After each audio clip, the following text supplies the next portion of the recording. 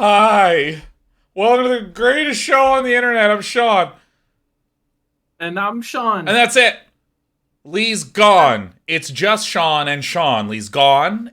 And the show will go on as we continue to play Norco. Oh yeah. Oh Oh, yes. Norco. And so, yeah, Lee's gone. But the unusual thing is that only one host is gone, which means we can actually play the game. And as the Seans were sitting here before we went live, we had the game unmuted, so it was just, "Hey, how are you?" And this ominous, loud. Oh no, I'm doing pretty good. I was at the DMV. Really? Oh my god. True. We have a score. Our conversation has been scored this evening. Oh dude, it's so good. Like, there we go. The what am I talking about? What are we talking about? Oh yeah, Sean. Okay, before we go into the show, before we begin this thing, how are you? Do you have anything interesting that? And I have an important restriction that is kind of trite. It can't be anything significant in any regard. I don't know if there's perhaps a eventful event around food, or perhaps a button that you pressed recently that you were like, "That's a nice button." No, this is actually really good. I've been trying to figure out like what is my outlet to not talk extensively, but mostly recommend this movie Yeah. that I watched this weekend. Oh yeah. Let me turn Because off this ominous ass. Yeah. I can't think of any person in my entire life that I would recommend this movie to. Awesome. But I feel like it's important that I recommend it. And so there's probably someone on the internet Yeah. that will benefit from this recommendation. It's Sean, how do you feel about movies that make no goddamn fucking sense whatsoever? Oh, I want to let you go first because I could talk at great length about movies that don't make any fucking sense at all. Okay. Good. Just on Um my digits. Digits so the adjusted, movie yeah. the movie that I watched was Yeah. I'm thinking of ending things. Oh, And interesting. this is a movie on Netflix, Yeah. exclusively on Netflix, Ooh. that is based on a book, but the Yeah. screenplay for the adaptation is written by Charlie Kaufman and it's directed by Charlie Kaufman, which means that the movie experience is a pretty fucking raw, uncut Charlie Kaufman Yeah. experience. If you are not familiar with Charlie Kaufman, folks out there, Charlie Kaufman is the person who wrote Being John Malkovich. Eternal Sunshine of Spotless Mind adaptation. Those are movies that he wrote and somebody else directed and sort of reined him in on. Yeah. And then I'm thinking of ending things is what happens if he gets to just do his shit. And Nice. it's pretty fucking wild. Brilliant. Oh, now, Yeah. now, now. Here's the thing. I love. There's only one media that I can think of that falls into the category of I read it. It gave me some sense of enjoyment, but I wouldn't recommend it. And that's because it's absolutely horrifying. But Okay. Yeah. what is it about I'm thinking of ending things that makes it hard to So recommend? it's very like abstract. It's very pretentious. It's got a very disconnected narrative. Like it doesn't. It's hard to follow a plot. Although there is one, and it is actually pretty coherent, but it's not like told in a way that is very clear. And it's extremely fucking sad. It's very, very depressing. So like you go through all of that, you like sit through this experience, and it's a Yeah. lot of people, talking in ways that are not always super relatable, and then trying to piece together what is actually happening, and at the end of it, you're like, oh, okay, wow, that's bleak. That's real bleak. Nice. But if you are into that, which I'm probably target audience for that. Like, Mm, it's mm. not an easy watch even for me, but that is kind of my brand. That is the kind of stuff that I get up Really? to. I didn't know Yeah, you yeah, liked things that were so yeah. I like bleak. sad shit, man. Oh Yeah, no, yeah. Oh I fuck think yeah. I think that's I get really into that, and Charlie Kaufman, like, Adaptation is one of my favorite movies. This is very much like what if something like Adaptation, it plays with some of the same themes too. Adaptation has this whole like um existential bent to it, and it is a lot of that kind of stuff. Um it's yeah, that's one of my favorite movies. So it's not surprising that I would be into this, although this is probably like too much. It is too extreme for me to be like, oh yes, I fucking love it. It's so great. But Oh yeah, I did enjoy it.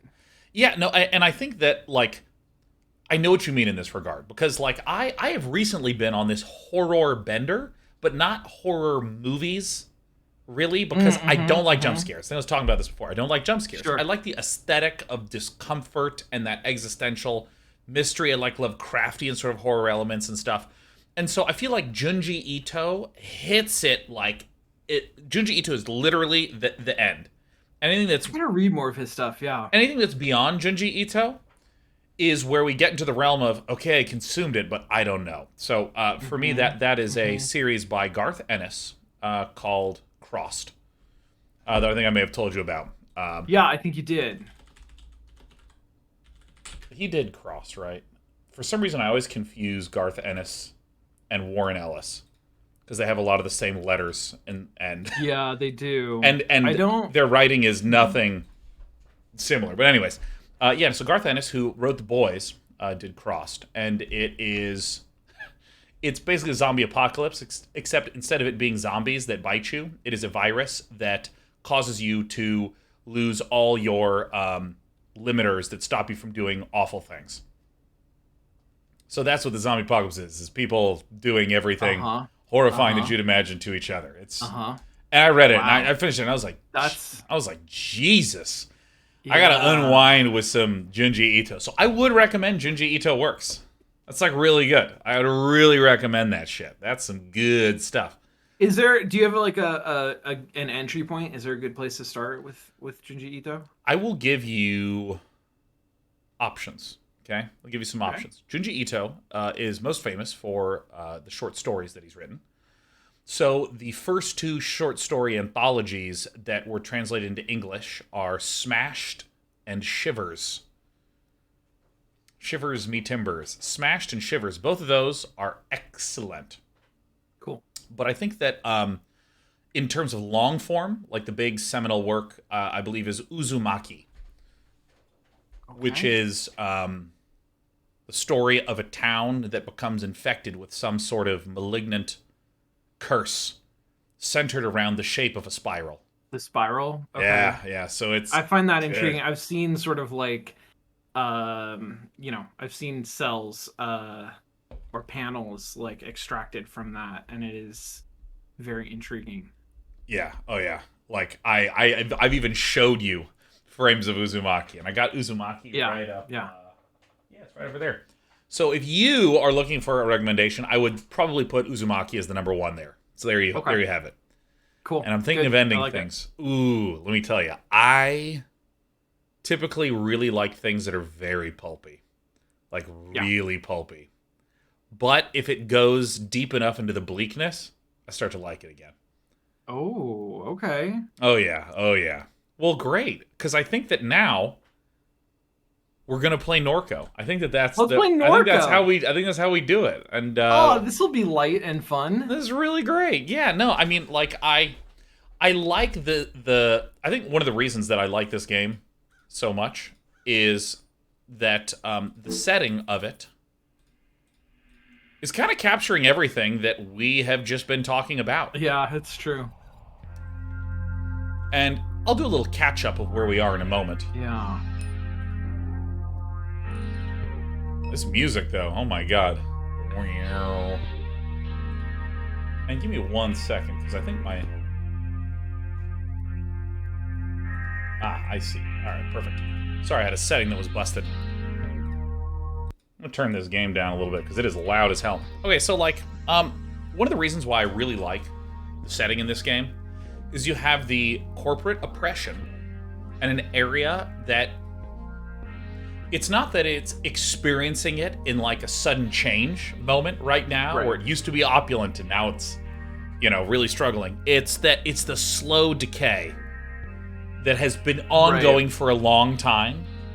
And it's like that infinitesimal downward slope and that's where you start. Everyone's been mired in this for ages. And then there's the existential threat of Super Duck. And so it just feels like, honestly, it's a very Elden Ring, right? Cosmic forces at war, and you're but a mere... It's funny that you say that, because I was going to draw the exact same connection, just sort of on the Hell yeah. building. Like, one of the things that Norco is doing that I really like is it has established this world, and it's telling a story that is set in the world, and it doesn't sort of really bother to introduce you to the world ahead of time. Yeah. It just sort of plops you down in the middle of it. And so as we go, we sort of keep discovering these things that we're like, what the fuck is going on? What is the world such that it allows this to happen? Like, what is the world such that oh god, I can't remember their names. The cult of Oh, give me any hints. I know all of them. Give me the names. The mall folks. The mall The Garretts? Garrett. That's right. Yeah. I was thinking Gary.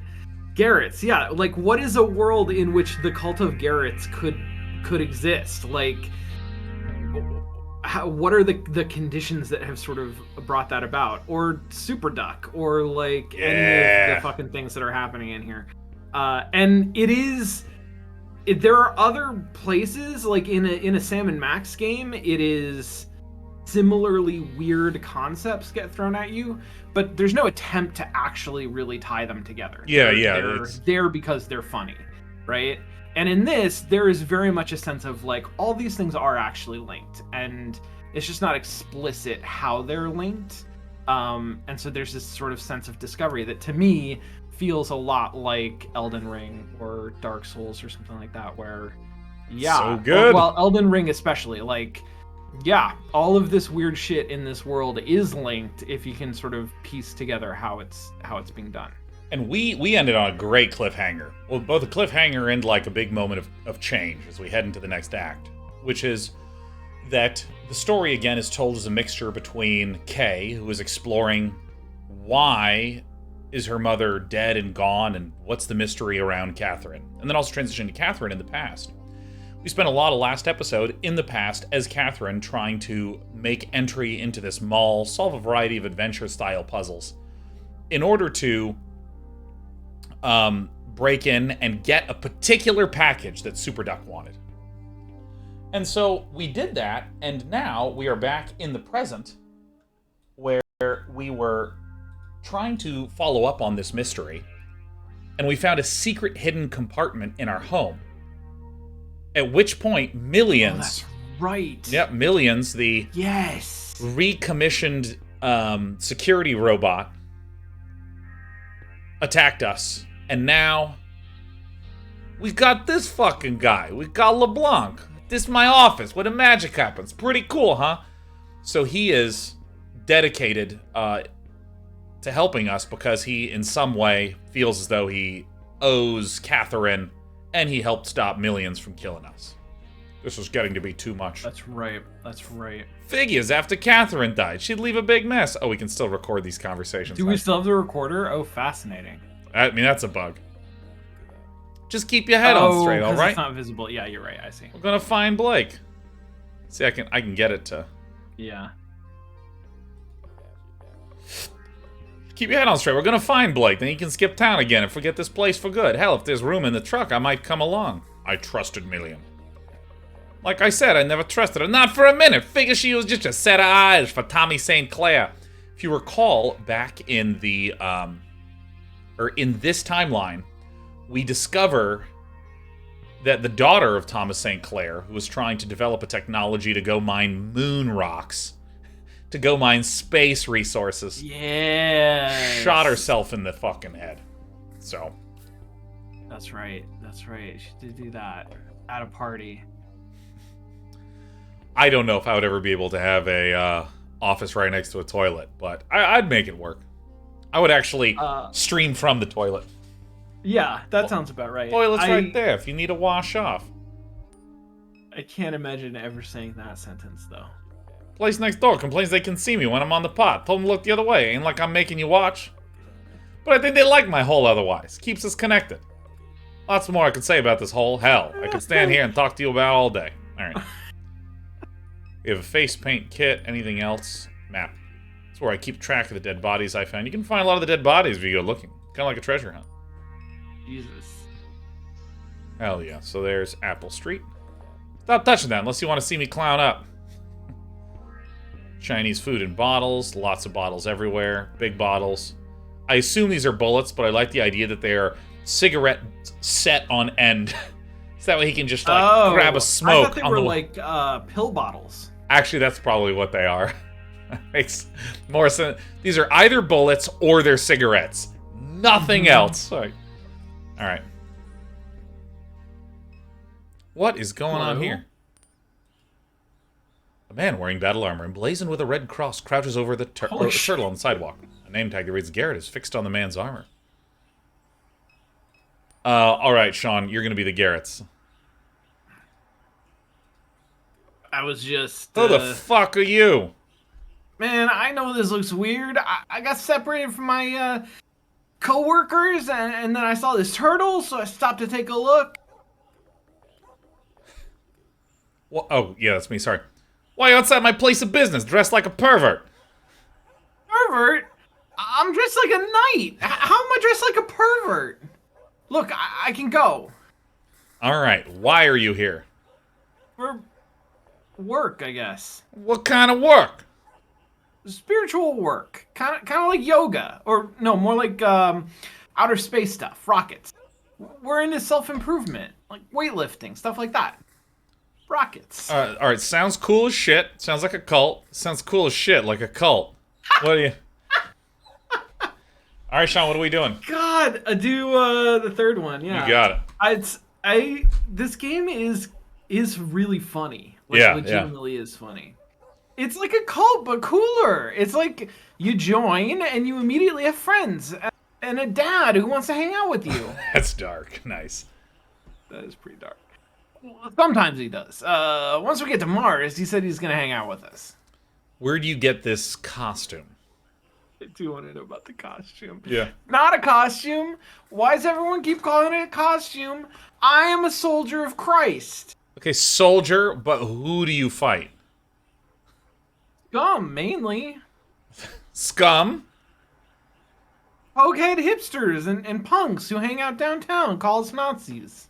I love that this Garrett is just on hands and knees interacting with the turtle during this entire conversation. That's very good. Alright, so... Fine, but where'd you get it? Party Supply Warehouse in Kenner. They gave us a group discount. Gave who a group discount? Me and my co-workers. All these Garretts, where are the co-workers? They said they'd come pick me up before the launch, but it's getting kind of late. Launch? Yeah, What's that mean, launch? I don't know, man. We're supposed to do this thing tonight. Just kind of fell apart at the last minute. We're gonna do a thing tonight. Okay, why fight the scum? Because they think they know everything, but they don't know shit. They think everything they do is morally superior, but it's not. They just make the world worse, but insist they're making it better. I don't want to be in your club, okay? You people are uptight losers. Stop calling me a fucking Nazi. I'm not a fucking Nazi, man. I'm just a guy. I'm Caleb. I mean, Garrett. I'm fucking Garrett. Can you imagine being in that church and being like, "Yo, Garrett," and everyone's just, like, no, that Garrett, mustache Garrett. Dot dot dot dot dot dot. All right, you can fuck out of here. Have fun with just a little turtle, bruh. Can we get the turtle? I will. Thanks for stopping by. You know, I'm gonna go to my mind map. Yeah, let's do it. Ooh, Million. We got new shit. Million was a spy.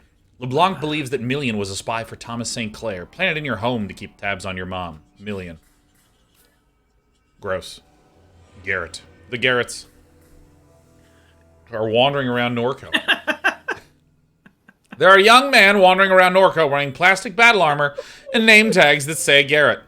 The Garretts.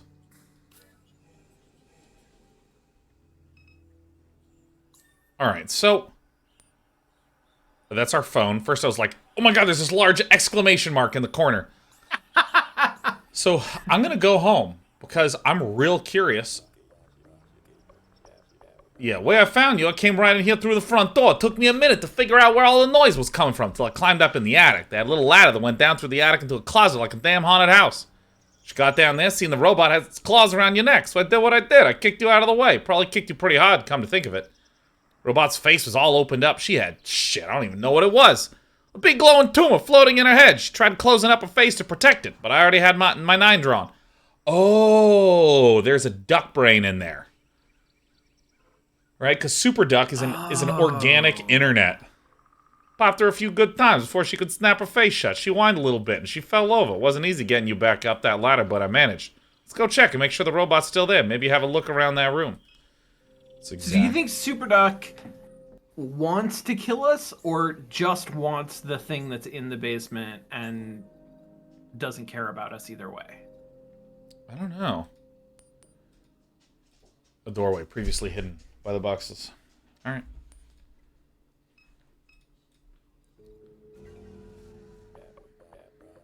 That's right where I left her. Don't look like she going nowhere. What the hell was Catherine doing in this? Spooks me out.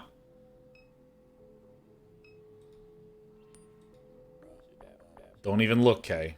Just don't think about it. She wasn't who you thought she was. Alright, I'm gonna touch it. You run your fingers over the flaking glass of Million's faceplate. Shards fall to the ground beside her limp hands. There's no life left to the machine. An anti-malware advertisement repeats itself infinitely on the laptop display. Signal jammer? Ah, it's a military-grade signal jammer. No wonder I can't pick up no service at the office. One of these is enough to take the whole neighborhood offline. Nice. So she was doing some covert ops and didn't want to be messed with. Yeah, something. A work light hangs from 2 small hooks driven into the wall. Its extension cord runs into the makeshift ductwork of the closet. The center of the table sits a cheap plastic electronic device. One USB cord runs from the instrument, the other one's for the laptop. Sure. Alright. No Wi-Fi connection detected. What kind of gizmo is this? Oh, that's right. Catherine, we think that she loaded in her identity. Fucking driver's corrupted. Device requires update. Kate? Get me online. This answering machine's kind of pushy. Let's get it hooked up to the internet, see what happens. Fucking LeBlanc. Alright. Take someone with expertise, disable one of these things. Need me to handle it? I think I'll manage. Yeah. You unplug the signal jammer from the wall. The thing should have a connection now. Alright. Very good. High tech. I like it. Million was shot in the face. After discovering your mom's head drive, Million attacked you. LeBlanc was passing by the house, heard the commotion, and rushed to help. He shot her multiple times, destroying her processor. Alright. I wish we could, like, see the thing that he was talking about. The tumor in her head. Oh, dude, I want to see that shit so bad. I would investigate that if I were there. Wi-Fi connection detected. Installing drivers. Installation complete. Warning, critical I/O functionality has been deprecated. To interact with this instance, please install your preferred head drive client on your mobile device. For more information on hosting options, please visit the Greater New Orleans Neural Versioning Clinic website today. Head drive client? You got one of them on your phone, Kay? Download one? What the hell is a head drive client? I mean... Okay. I assume in the future, everything is a cryptocurrency and an app. Anytime you want to become friends with someone, you download their app of them onto your phone. Yep. Yeah. And then purchase their cryptocurrency to demonstrate your friendship. That sounds right. That sounds right. All love is transactional. Catherine Madea. Compressing local artifacts. Resolved. Establishing remote connection. Oh, yeah, and I got my Kisses phone case. Fuck yeah. I know. That is the most important thing.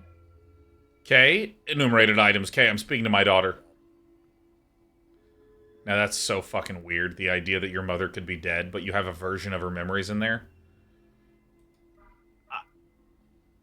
Something like that is, like, we are going to see versions of this pretty goddamn soon. Yeah, I mean, people are going to be able to get maps of an... Oh my god. Okay. No, I'm not even talking about that. I'm just talking about, like, there are people with enough publicly accessible online writing through social media that you could train a neural network on it and then sell it as, here is your mom, so that you can continue to have conversations with her.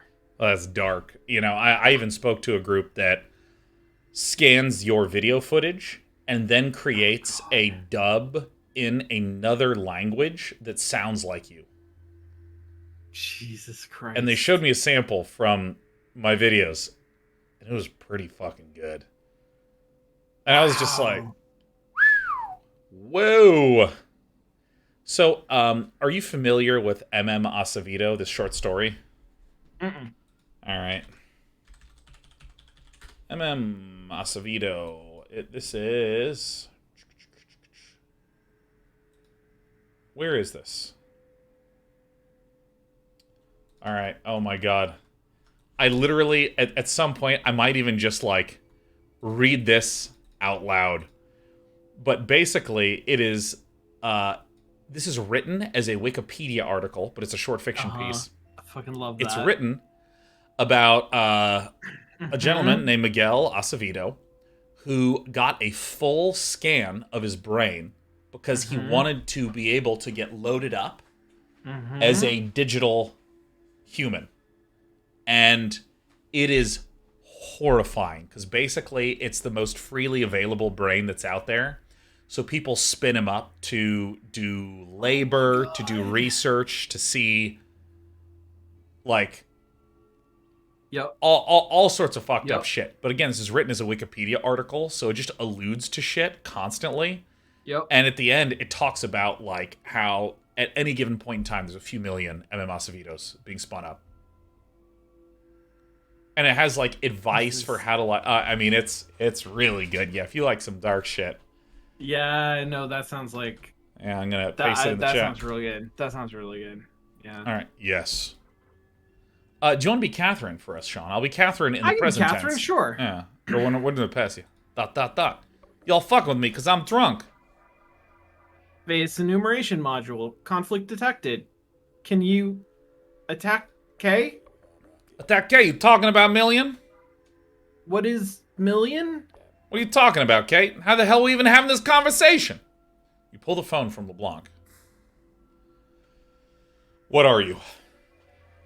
I am Catherine Maderi, age 52, branch identifier November YX2RV 1.0.0. I'm hosted on a 32 terabyte head host external hard drive without cloud support. Damn. That's fucking wild. Enumeration error. I'm sorry, I do not know million. I do not know what happened to million. All right, tell us what you remember. Last. Oh my god. There was the chair where I sat. The room was dark. The clinician asked questions. After the appointment, I was to meet with Super Duck. Ooh, about Super Duck. Super Duck is the version consciousness of Duck. Oh, Jesus Christ. Yeah, I think we figured that out. Yeah. The what? Please rephrase. Kate, why are you going to see Duck? I was going to see Super Duck. A spawn of Duck, a deformity. But why, Catherine? Because of what I saw? What I saw in the lake? Okay, you ever want to see Duck like I told you to? We better go pay him another visit. I can't make no sense of this. Yeah, I love what's in green. About me. That's very good. You are my child. Is the session complete? My oldest. I remember that you held my leg as a baby when you began to walk. Ooh, something is not programmed right in this puppy. No, that's not great. Please specify what you mean by blue? He was your husband? Kay, can you hear me? Kay, please. Dot dot dot. I do not know about blue. Have I forgotten blue? Oh, okay. So this, okay. I've heard of this sort of thing in this type of science fiction, which is the idea that if your brain gets fully mapped, right? So your brain is now just data, and then you take that data and you can plug it into interpreting devices, which might be Yep. ears that send audio information to the brain processor, or that the brain produces signals to be able to like speak. If that's the way that it is, then if it's data, you can manipulate the data. Right. So, for any of you that, I'm going to assume some of you don't know about neural networks. So, neural networks are a particular type of data structure that I'm trying to resist the urge to open up MS Paint. Okay. So the It's base. a it is it's a data structure, so it's a computer thing. It's like software that is meant to imitate the structure of neurons in the brain. Like Yeah, individual nodes that have multiple connections yeah, and process signals non-linearly. yeah. And the idea of neural networks and in general machine learning is most of the time when you're programming, what you're doing is that you are writing instructions for what the process is. And so the idea of learning is you give some inputs that makes outputs. Like the inputs might be, here's the current where all the pieces are on the chessboard, and the output would be here's the move that should be made.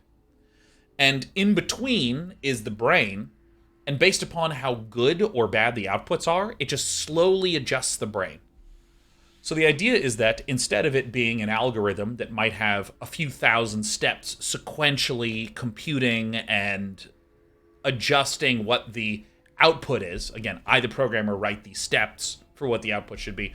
It is that the brain is just millions, or in most cases, like tens of billions of numbers that are being slightly tuned up, slightly tuned down.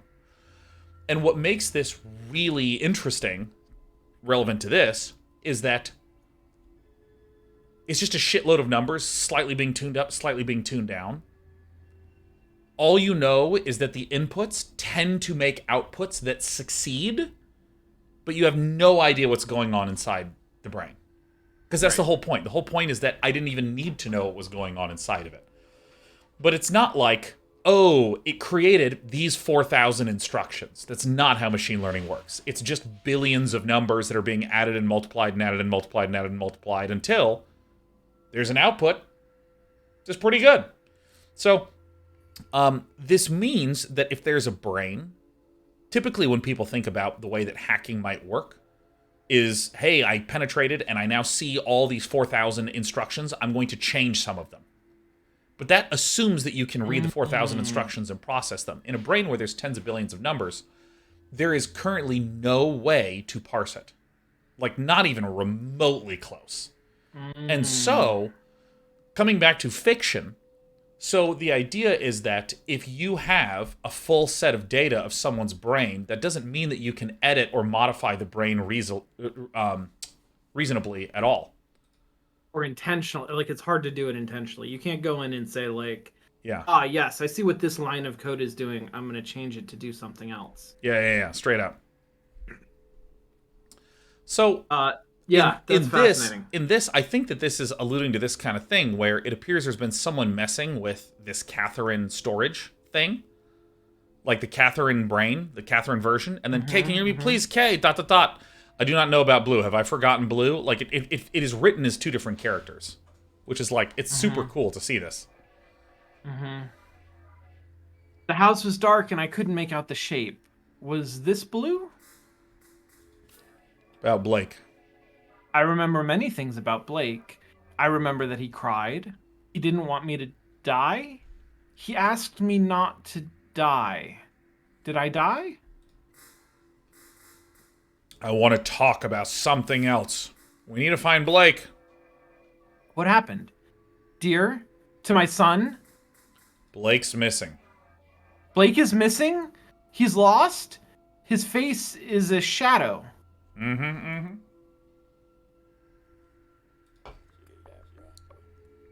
Kate, you know where he might be?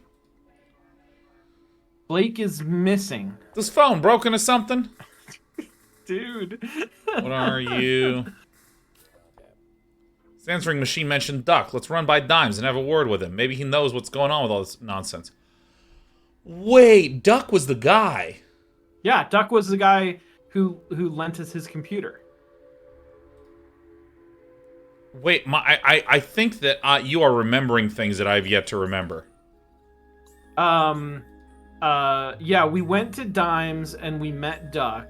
And Duck is the guy who said, like, my house used to be inside of the network, and so I have a computer, secured computer access. I mean, I think that was Duck. I think that was. Yeah, but I wasn't making the connection between Duck and let's see, it says Floodgate. And Super Duck? Yeah.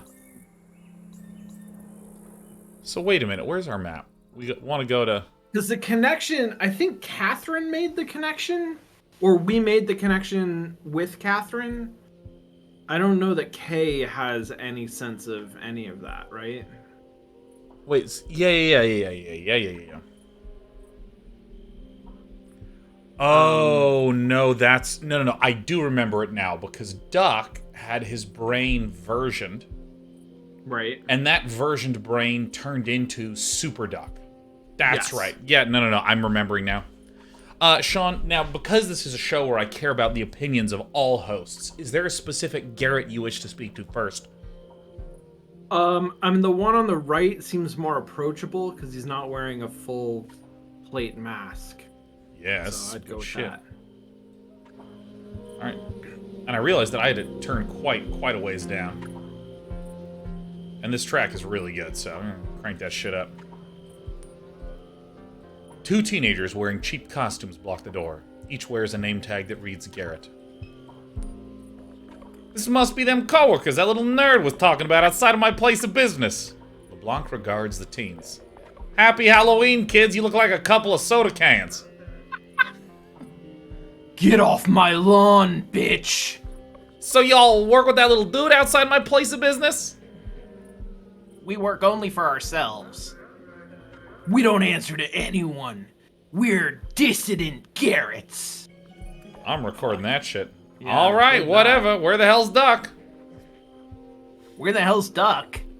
That's what I'm asking you. Deus Volt, motherfucker.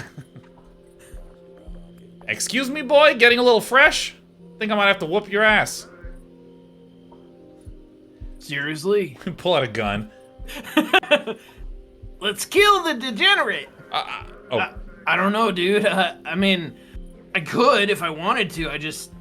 Silence, Garrett. I can't see shit out of this thing. Stand tall. The barbarians are at the gate. The adolescent turns towards LeBlanc. Ready yourself for death. Let's do LeBlanc. What's your game? Yeah, what's his whole deal? Oh, shit. Oh, God. Oh, yeah. Okay. Oh, yeah, I gotta do K. Tough.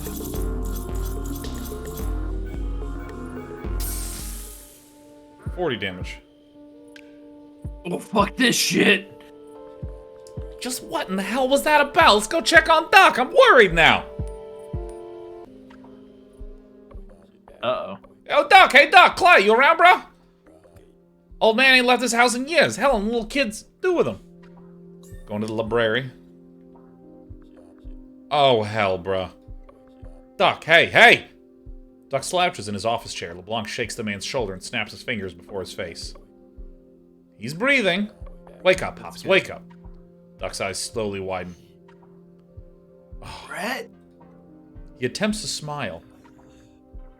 what's good, detective?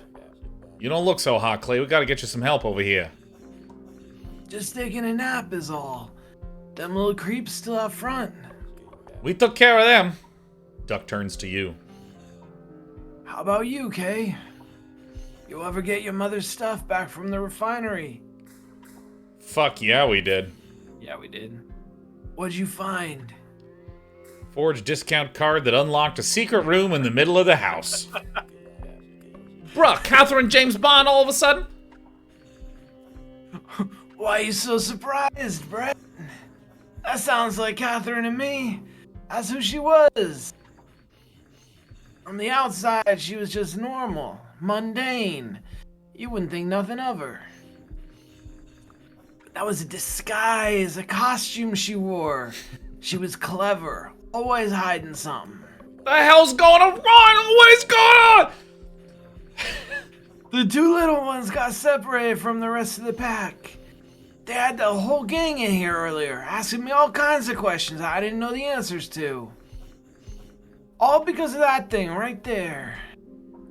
What's that thing? He lifts his frail hand it looks towards like the a modem. device on the desk.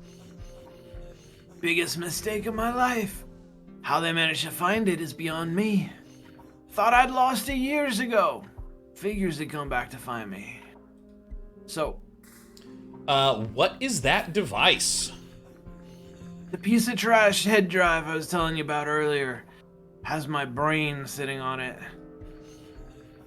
Gave birth to that monster that calls itself Super Duck, the one your mother got mixed up with. But the head drive seems more or less broken now. Tell us about the... Whoa! Tell us about the Wow. intruders. Where'd they go? This is a conversation. Don't know. Couldn't even guess what all this is about. But they mentioned your mother. Said they have her. They have Kate? How? That's what I'm wondering myself. Catherine's laying in a casket on River Road. And them dummies probably grabbed the wrong person. What would they want with her? You think I know, Brett? What about Blake? They say anything about him? Nothing about Blake. But wouldn't surprise me if he's in the mix. Takes after his granddaddy. What were they asking? Asking me to talk to that drive. Interpret what it was saying. Something about needing to find a rock. Or no, a stone. I just get my mouth shut. I don't want nothing to do with a head drive. It's a curse. But I guess they figured it out on their own, because they sure left in a hurry. Why didn't they take the head drive with them? It was so chaotic in here, I didn't know what was going on. All them just shouting over each other. They were as confused as I was. Whole thing seemed like a big mess, like nobody was in charge. And then suddenly they were gone. A big mess, where it seems like no one's in charge, and then suddenly they're gone, is the story of most businesses, actually. Yeah, and institutions and governments. Alright. How'd they find the head drive?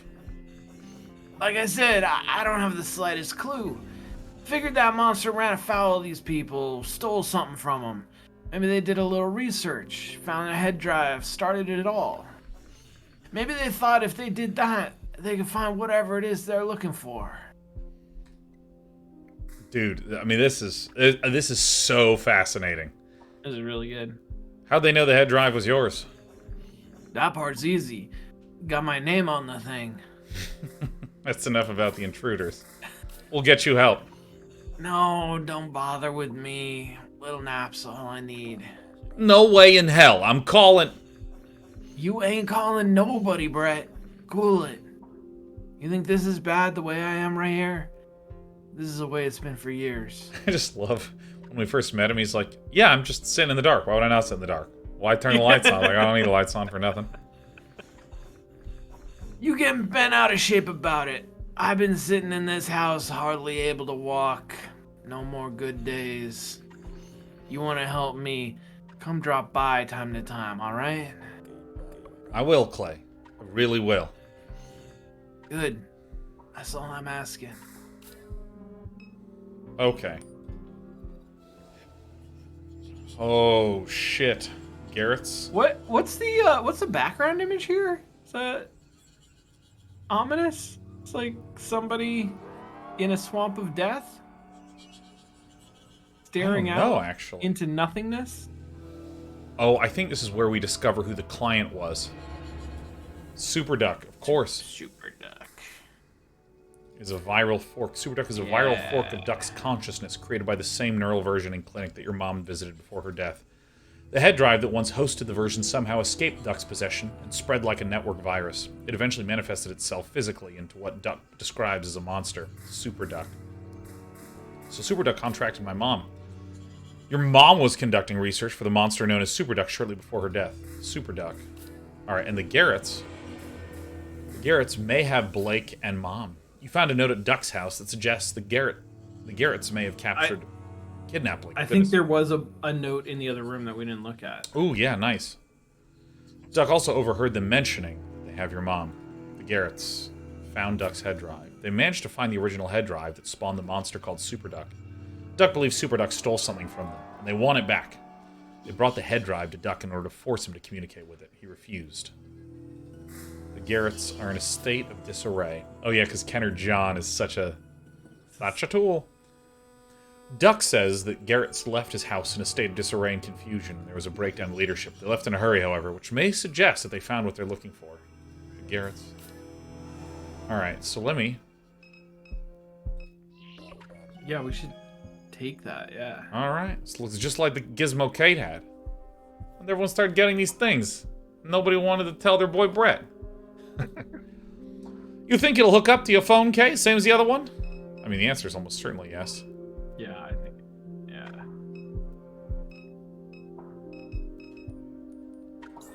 Alright. Scribbled letter sits on the desk. Never thought things would get this fucked up. It all took a turn after he made us tie up the dead lady's kid. Dead lady's kid, Kay. Don't you think? ... Then he tossed John's head in the water. Oh. Dude. Who? I bet they're referring to Super Duck.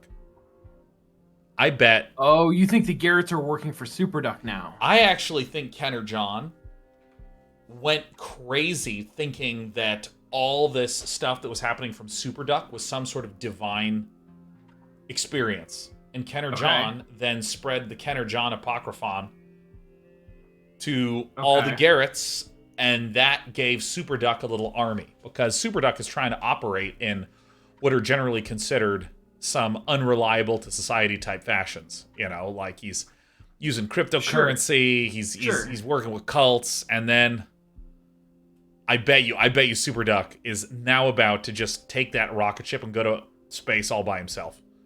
I think that's probably true. I do think... I don't know that there was quite that connection between Kenner John and Super Duck, because Super Duck contracted Kate to go and steal the light from Kenner John. Yeah. So But I think once Kenner John was, like, removed from power, Super Duck has now taken over the Garretts. I think you're absolutely right. Sense. That makes 100% sense. What in the... And John's eyes. They weren't his. They were glowing. I'll never forget that. All the Garretts at the rocket. Sorry, go ahead. Oh yeah, this is me. All the Garretts at the rocket had been sneaking around trying to find his head. I didn't like John, but hell, everyone deserves a funeral. We know he tossed it out of the boat somewhere. Oh god, we're gonna go look for the head? But the lake is so full of sediment, we can't see shit. Losing hope we'll find it. That's all for now. You boys be safe. Them coordinates. These in Lake Pontchartrain. I don't know what his accent would do for this. Lake Pontchartrain. They're searching the swamps. Blanc slides the paper to you. Put that in your pocket and smoke it. This right here is the closest thing we got to a lead. That dead lady's kid just might be your brother. Alright. So, we have a lot of things we need to reflect upon. Yeah. The Garretts are looking for decapitated heads somewhere in the lake. Oh. Sunken head. There's a head in the lake. The Garretts are looking for it. There's a head in the lake. Check your phone if Duck's device is anything like your mama's. It might have your info. That's what that letter we found. Bruh says they're looking for a head in the lake somewhere around the coordinates listed. We'll get it figured out, kid. This is the kind of thing they pay me for. Alright, so we're gonna... Alright, Clayton Richard. Network. Oh my god, Super Duck is responding. Oh shit. Oh my gosh. Okay, I'll be Super Duck.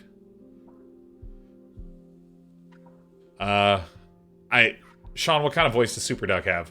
I mean, in my head, it is like, it's like a Daffy Duck, but, I don't know that's accurate. I tried to make the noise where he's going like that, and Sheriff is terrified, so we can't do the Daffy Duck. Of course, no, rightfully so. No, it's Super Duck is an eldritch horror. I think this is like the creepiest Cthulhu sort of voice. Network ping detected. It's a smooth phone operator. Network distress emergency safe mode initiated. Prime node in terminal state. Lat this, lon that. Them coordinates way out in the lake, just like the ones written down on that note. Your truck got gas, think we'll be taking a little trip to the lakefront. I'm ready when you are. Alright. How you holding up, kid? What was Duck's head drive talking about? It was spitting out coordinates on the lake. Closest thing we got to a clue. I suggest we head that way. Do whatever you need to do around town. Let's go. Alright, let's get the fuck out of here. Outside. Yeah. Alright. Lake Montchartrain. Whoa. Whoa, just slow down, kid. Road's washed up out here. Oh, fuck. Fucking ominous, yeah. You continue to accelerate. Oh, shit. Truck stays put. Christ, Kay, what'd I tell you? Got any recovery gear on this thing? Shit. Well, we're on foot now. Looks like there's a fish. Oh, shit. We're probably gonna go to the fishing camp.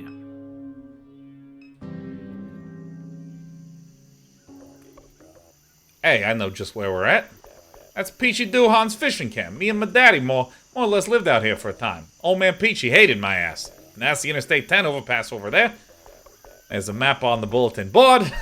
Might help refresh my memory, and I wonder who we gotta talk to get a ride on that boat. Its coordinates we got her all the way out in the lake.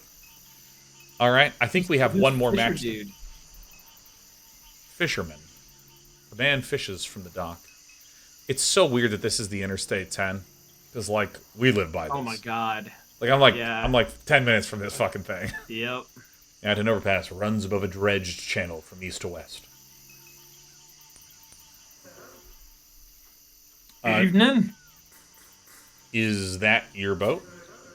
Not mine. Believe that boat belongs to the camp.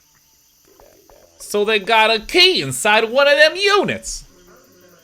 I suppose they do. Let's go pay him a visit then, Kay. Let's see if we can get a key from one of them. Can you help us pull our truck out of the mud? You were racing down the levee, weren't you? She was hitting every washout she saw. Wish I could help. I got a winch in my truck, but it's up the other side of the spillway. Do you know Peachy? You know Peachy Doohan, the old man who runs the camp? Sure, I knew Peachy. What do you mean, knew Peachy? You ain't seen about it on the news? Peachy been dead a long time. Maybe 10 years. Perhaps we'll get the chance to see the self-aware organic supernet Super Peach. Super Beach. Come on. Yeah, Peachy been dead. He took several others with him. Man finally cracked. Damn. Figured it might end like that for him. He was a bad dude, bro. You say anything about me before he died, Brett LeBlanc? What? What? Anything bad about me? I don't think you understand what happened here. Peachy locked himself in that camp with 3 hostages and a pile of ammunition and refused to leave. Wasn't because he was mad at me, though.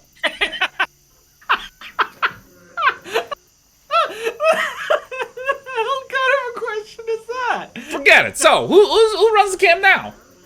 His grandson split the place into units and turned them into vacation rentals. All kinds of people pass in and out now. Figure they don't have any clue what took place inside here. Leave. Alright, so we have a lot of places we can go to. Yeah, this is a rich vein. Oh my god. Let me take a look at this map right quick so I can get my bearings. The detective inspects the map pinned to the bulletin board, tracing his finger along the bayous. Yeah, alright, I remember this whole stretch from when I was a kid. They call this area La Branche.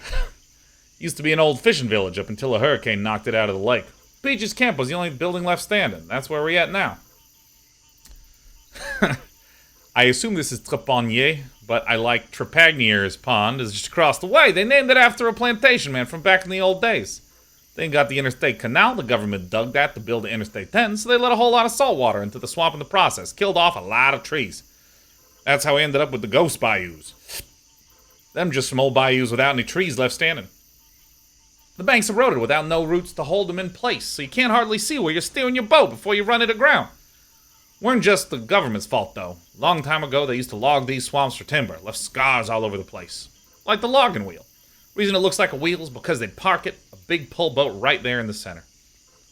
Then them guys would start chopping the trees down, going out in one direction, then another, like spokes of a wheel. Called it a pull boat because they'd hitch the trees onto a big rope. The boat at the center would pull the trees in. They had a drum on the boat about the size of a car. The drum would spin to wind up the rope. Big coal-fired son of a bitch. My granddaddy told me it'd spit out smoke like you ain't never seen. Then down there is the lower suction canal. A lot of people died along that canal when the hurricane came through and took out La Branche. They got people go scuba diving in there, looking for treasure lost in the storm. Not always easy to find your way around this area. Good thing there's a map. It looks like somebody stuck a note in it. A note, you say? A note. Got shells. Got shells, Orangia clam shells, yard full of them. I stay in Laplace, call or text. Book your ideal stay in Louisiana's natural wetland habitats. With short and long-term options available, you can live like a local in one of America's most mysterious regions. Swamp Away is committed to sustainability. We believe in rebuilding Louisiana's wetlands for a greener, more verdant future. Book before a new year and receive a free snack pack delivery during your stay. Whoever been raising my traps going to die, brah. A name tag pins a hand-scrawled letter to the board. Yo, Garrett! I like Garrett, yo, Garrett. Garrett, again with these little dudes? Meet us at John's Pond on the northeast side of the lake for the launch. Ain't never heard of John's Pond in my life. It's a mess over there. People been posting about it online, driving out from the city to take pictures with the Ark. If you're coming from this way, the only route is through the Ghost Bayous. Open up the Apocryphon app and take a look at the map. You'll see some blinking lights. Those mark the locations of portals. When you drive through them, it's like snorting that stuff Ditchman scrapes off the urinal. It's a fucking nightmare. If you can keep your head on straight, the portals will take you to a light source. Each one will be a little different. Don't let it freak you out. Just be a cool Garrett and make those lights blink just like you see on the map. Do that and you'll get swamp vision, brah. Ghost bayous will appear for you. Good luck. Rat? Introducing a minigame. What's that about? You see that? You hold the phone up to the map and it shows them little blinking dots. The one at the logger wheel is blinking real fast. The one at Trepagnia's pond is blinking slow. Move your phone around the map, see if there's more.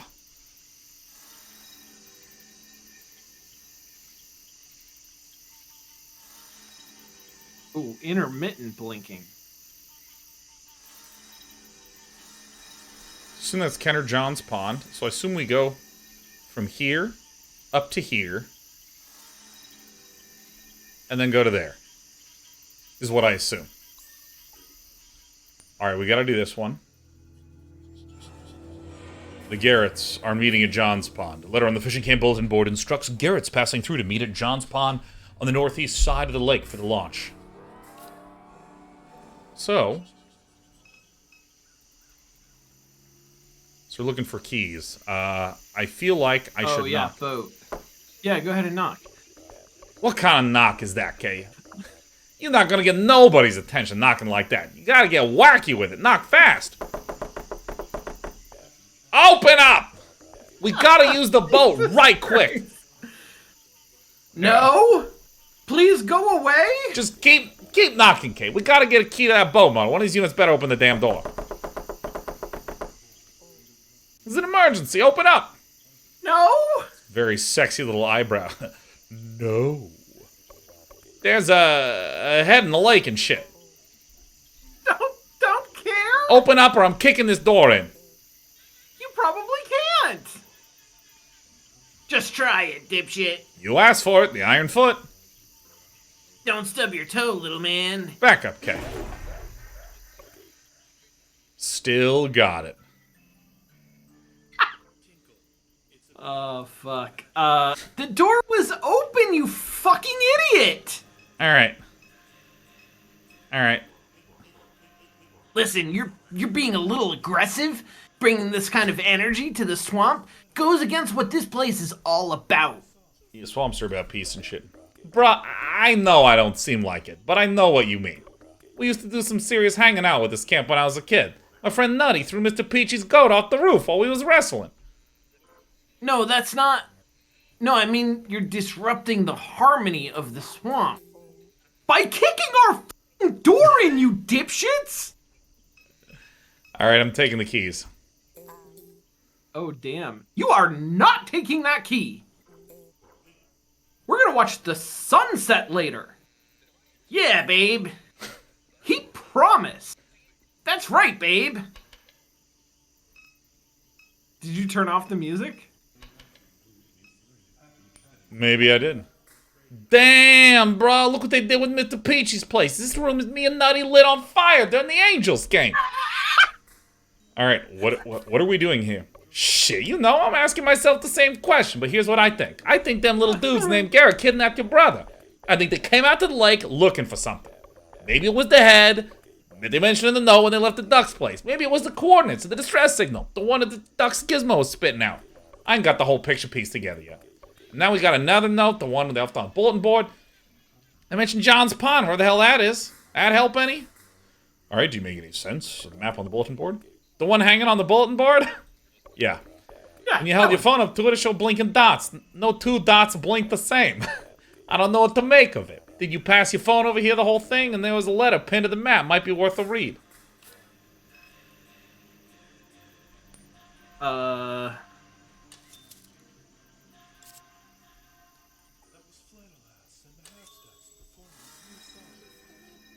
I'm obsessed with Kenner John's Apocryphon. Yeah, you are. Yeah, I am fucking obsession. Well, to Camp Unit B. Unit All B. What kind of knock is that? You gotta... Yeah, okay. Yeah. Open up! We gotta use that boat right quick! The boat came with the rental? It's ours. Bro, let me just lay it out for you. This little highway rat right here is looking for a brother. You got me? We think it might be up there in the swamp. I wish I could help you, but we need that boat. Good luck. Nah, knock again, Cage. Keep knocking until we get a key to that boat. They'll get sick of us eventually. Hey, man. Lord help me. There's Garrett's in here, man. You need the boat so much, why ain't you using it? That isn't any of your business. We're trying to save lives here, bruh. As are we. Save Yeah, lives I how? think you're right. I think there's Garrett's. Through research, which this conversation is preventing me from conducting. So please leave. Good night. Alright. Hey, come on. Please, I'm begging you to quiet down. Listen, I think we can work something out here. Trout, oops. My cousin Susie's ex-husband, he brought 4 or 5 gold doubloons from a Canadian guy in Mississippi. He buried one of them under his mom's house. I'm over there all the time. Keep a few car batteries in a shed. Been using them back at the office. They old ones, but they still hold a good charge. This is all nonsense. Yeah, no, I agree. I can't lend out that boat indefinitely. Oh, sorry. Yeah, go ahead. I can't lend out that boat indefinitely, you understand? We need it. It won't be indefinite. We got coordinates from some little gizmo sending out a distress call. A distress call? My pa and the duck. Whoa. The door slams open upon mention of Duck's name. Whoa. It's Sean Connery. Yeah, that's not who I was picturing. So, yeah, a buddy of mine has this little gizmo. It's like, hell, I don't know, an answering machine, I guess. Kept spitting out these coordinates in the lake. What else did it say? Said it's got a stressed out node, bruh. Something getting stressed out in the lake. Where are these coordinates? They in the phone. It's the node. Figure you're right. Are you two just gonna boat right up to it? Sure, boating ain't nothing to me, been boating my whole life. Why wouldn't we? Because it isn't safe. Recording that. What other option is there? It isn't safe, Abby. Are you familiar with the network that some call Super Duck? Duck's my buddy. I was telling you about. Clayton Richard. Yeah, Clay, good buddy of mine. Dallas, this guy look familiar? Oh shit, it's Dallas! Oh my god, it's fucking Dallas. Give him the key. Shit, really? That sure helped. It's irresponsible. If we give you that key, you must do something for us. Happy to help. What you need? Take this. The woman passes you a small handheld device. Hold it before the node. Press the little button. Think we can manage that? And return it to us. Yes. That's it? That's it. Dallas, Yeah. the boat key. Give it to them. The data. Dallas reaches the key to you. He looks you in the eyes, a glimmer of familiarity lights his own. He says nothing. Settled, I suppose. That's right, it is.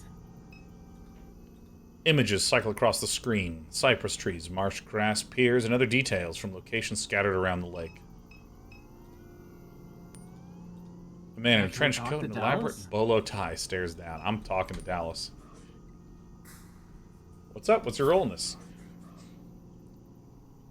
I don't feel like getting into it. Been running jobs for Super for years, that's all. That's why Dr. Moore pulled me into this. All my money is tied up in Quack coin, and now, with the network down, Quack's worth nothing. So I gotta take whatever work comes my way. How it goes. Stay safe. There's something in the air tonight. What do you mean? Doesn't matter what I mean. Just keep your wits up. Yes? What is it? Did you get my reading? I've been following the evolution of the SuperDuck network for nearly a decade. I've never seen it behave like this. How so? We believe that it's dying. Oh, shit. Wow. Communication across the region has been scrambled and erratic. Birds are dropping from the sky en masse. It's even affecting the local wetland habitats. I have reason to suspect that an old colleague of mine died prematurely due to exposure to one of the nodes. Oh, shit. Who was your colleague? Who was your colleague? Who's your colleague? Why would that be relevant to you? Was it my mom? Peter, please. She was pushed out of the academy many years ago for transcript fraud. And plagiarism and harassment. She had a reputation for being irresponsible with her research and letting her personal grievances influence her finding. I once co-authored a paper with her on the fence line community of dimes. Her vendetta against S.H.I.E.L.D. and other commercial interests in the region alarmed me at first, but in the end I think her motives were laudable and believe S.H.I.E.L.D. is ultimately to blame for her death. But I also suspect that SuperDuck played a role. Her cancer was in remission the night she was exposed to the Fat City node. Following that single incident of exposure, the speed of her relapse was remarkable. Jesus. She was dead within weeks. Damn. I'm sorry, Dallas, but this is a reality you must come to grips with. Who are you conducting this research for? My research is funded through a private donor. There's no need to get into that. I've been studying these wetlands my entire life. I All right. can't believe that we are not going to get to uncover the fact that Catherine was like All right, may have contributed to your mom's personal death. connection. Your mom was in remission when she visited the superduct node in Fat City. Following this exposure, her relapse was rapid and her death came soon after. I think it's completely clear to our character that this is our fucking mom. High-frequency radiation emitted by the superduct node may have played a role. Superduct is dying.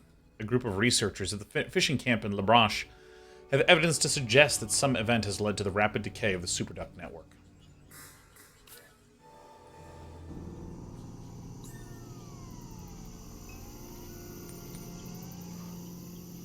What's up? What's up? Okay, bye. All right. All right. Fuck yeah. Let's take that boat. Let's see. Look at that. It works. Let's take us a little ride. You heading into the lake? Yes. You done much riding out there? All the time. And then you know what it's like. A lot of the land that's eroded away. Once you get past Interstate 10, you can't hardly see where the water ends and the land begins. Nothing that me clicking as fast as humanly possible can't solve.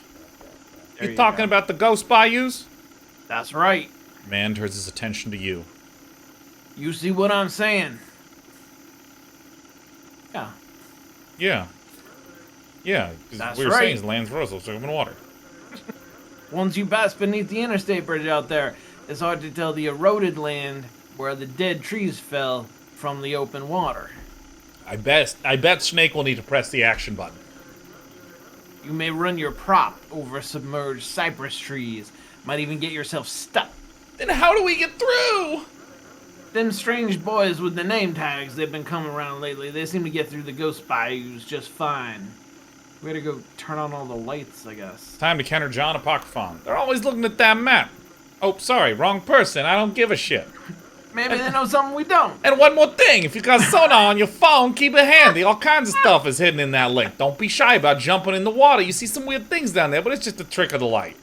Nah, bro, they got ghosts in the water. All right, back to you. Nonsense. Don't pay that any mind. I've been swimming these bayous all my life. You get an alert from that sonar. Dive in, see what it's about. All right, you ready?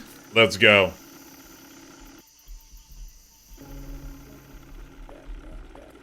All right, Kate, time to put on detective hats. So you get your phone ring. Let's take a look at the GPS. Oh, shit. 2 sets of coordinates in Dutch Wow. voice. One we found scribbled in a letter. Seeing that mentions your brother. Said they were searching for a head. Now, I don't think that's your brother's head. That ain't what I'm saying. But I got a hunch it's connected. The coordinates for that on the northwest side of the lake might be worth checking out. The other came from on that app on your phone. It was putting out some kind of distress signal. Looks like the ones coming from Eagle's Pond. Both sets of coordinates are past the Ghost Bayous. We want to... Ow! Ah! Oh shit! You okay? Ah. Oh Jesus! Are you alright, dude? Yeah, I'll be fine. Ah, Jesus. Fucking cats, man. Ah. Yeah, I mean, basically, sometimes she wants to jump up, and she trips while she's doing it.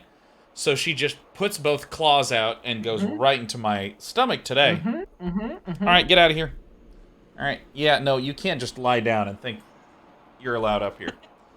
Oh, my God. Jesus Christ. All right, hold on, let me just get a paper towel. Let me just stop the bleeding so I can keep playing video games. Yeah, no, good. Yeah, tis but a flesh wound. All right. We want to get out there. We got to figure out how to get through the ghost bayous first. You got that? Now you do the driving. I'm going to loosen my tie and relax.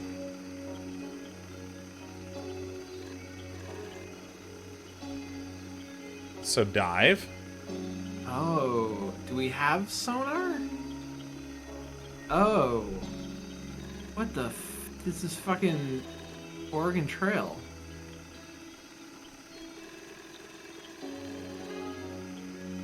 So let's see. Here's the boat position.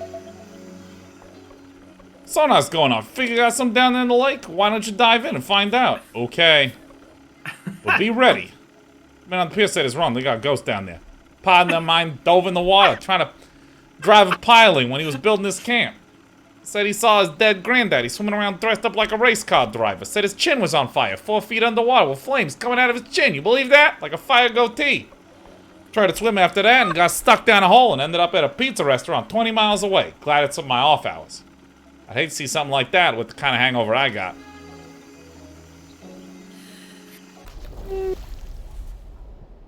So you fall into the lake, you watch the traffic lights of the overpass become like a mirage on the surface of the water. There's the sound of cars rushing above you, and then there's the sound of your descent, and then there's nothing. The lake and all of its sediment is infinite in its silence. It holds you captive, and you are unable to move. Paralyzed in this way, you watch the dim suggestion of headlights cut across the bridge in their erratic cadence. All at once, an explosion of sound punctuates that vacuum of silence. For the smallest moment, the silence returns before a truck crashes into the water, sending a shockwave that releases you from the water's grip. The truck is sinking quickly, unnaturally, as if being pulled magnetically from below. You swim down to the vehicle. The headlights kill as you approach. The cab light flickers on.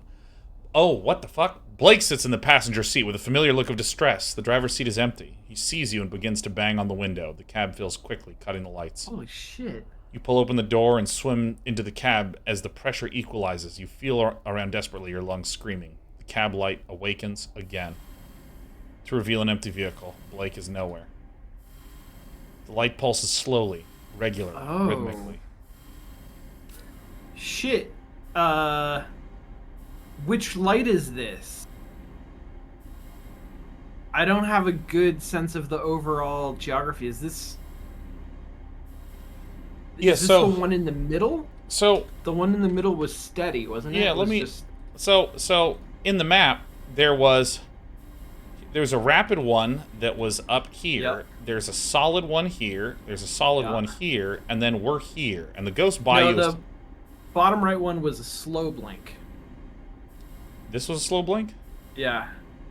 Well, this one is correct. This one was going da-da-da, da-da-da. Yeah, These that two one was were the either... erratic one. Yeah. But when you first brought up the phone, on the right-hand side of the map, there's one at the top and one at the bottom. The one at the top was fast, and the one at the bottom was slow. And then you moved it over to the left and encountered one that was steady, and then one that was erratic. So, let's go check out this. Oh, yeah, this one is thrumming, right? Yeah, because there's this one, and then there's this one that's going ba-da-da, da-da-da. Is that where we just were? Mm-hmm. That's what I don't have a sense of, is where we were in the boat. Yeah, so we're right here in the boat, and we're trying to go up to here. It says there's the logging wheel here, but this is Eagle Pond as well, so let's get me the fuck out of here. Okay, so we're gonna have to go... flip switches in all of these fucking ghost cars, I guess?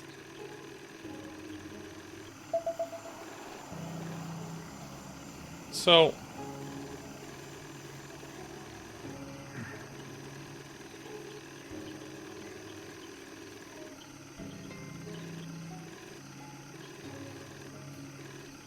So here's the boat's position. I don't know. I assume that the green is the detritus. That's the bottom. That's like the bottom of the whatever. All right. When the ghost bayous are running straight into dead trees that fell into the lake, going through is going to be possible. We want to stay out of the ghost bayous.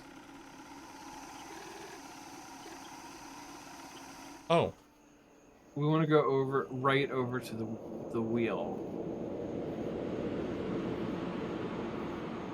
I see. I guess back down. So this is where the map. Well, actually, what is this? What does this dotted thing represent? I think you're right. I think that's the map area. Oh my God. So based on that, actually, we're wrong. Yeah, you're right. The one that's blinking right now should be on steady. I think the on-steady one is going to be down here. So I'm going to navigate my way to down here. I don't think so. I think the wheel was in the top right corner of the map, wasn't it? Guess you're right. Yeah, so in that case, so the wheel was in the top right, so the steady one should be down here. And Trepaniers. I guess that's right, yeah. Alright, well, I'm gonna go this way then.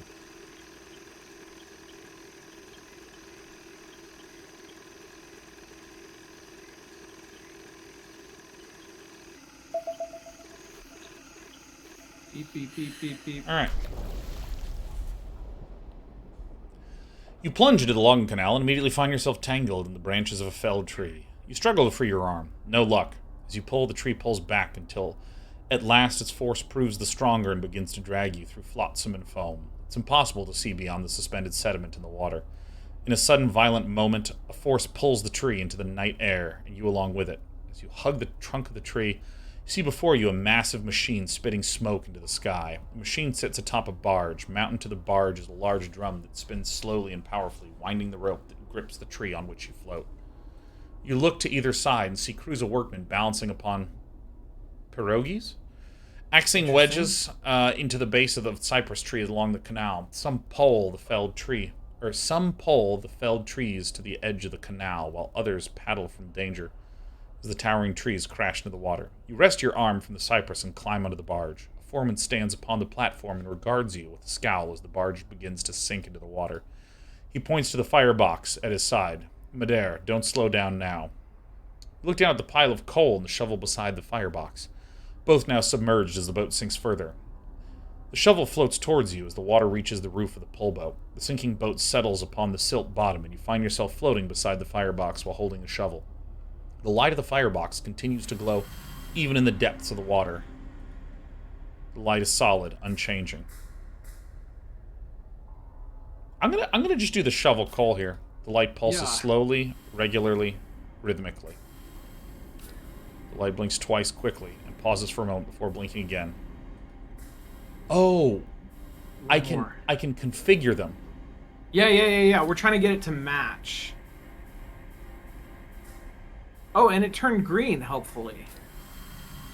Yeah.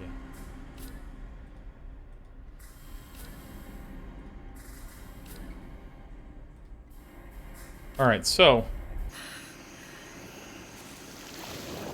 I see now. I see. So we're configuring these things in order to... Yeah.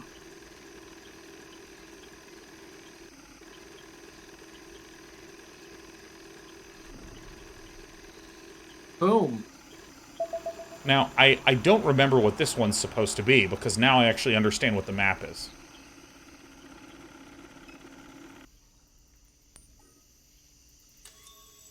So then we need to do this one gentle, slow, so I guess we did... Entrepreneur's Pond. This one needs to be...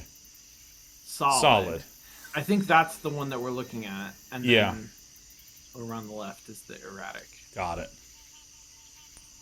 Yeah, I did not understand that we were actually able to manipulate and change them. Cool. Gotcha. Alright, here we go. I'm going to do this one here. I'm going to crash.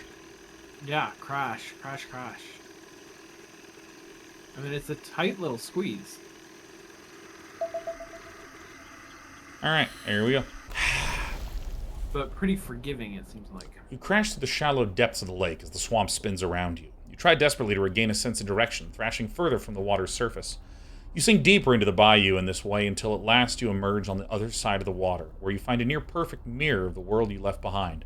The contours of the galaxy are alight in the sky above you. You've never seen so many stars. A man sits beside a kerosene lamp in the dirt of a palmetto grove along the bank. He rises to take a closer look at you. I watch this swamp from the treetops every night, but I never watch the water, he says. He reaches out his hand and helps you onto the bank. In the shadows of the grove are other figures whispering among themselves. The whispers are above you as well, in the invisible crowns of the cypress trees. You're one of the Trepaniers' children, aren't you? Who? The man whose property you're on, he says. His arpent stretches all the way to the river. Alright, arpent. What's an arpent? Alright, hold on. Searching for arpents. I'm also going to look up palmetto, because I don't actually know. Yeah, I'll do arpent, you do palmetto. Arpent. Any of various old French units of land area. So it's like it's a a way of organizing land. Yeah. Probably property, but in French. Palmetto is just a type of palm tree, which Right. makes sense now. He stares at you for a while longer, and then above you to the opposite bank. Lucky you're not one of his kin. He has something coming his way. Someone from beyond the palmetto line whispers to the man. He backs away into the shadows. If you don't know this country, you'll need a light. The man joins the rest of the assembly, and they walk deeper into the night, leaving behind the kerosene lamp. The light is solid, unchanging. So this one we want to thrum. The light pulses slowly. Yep. Slow. Yeah. Here I go!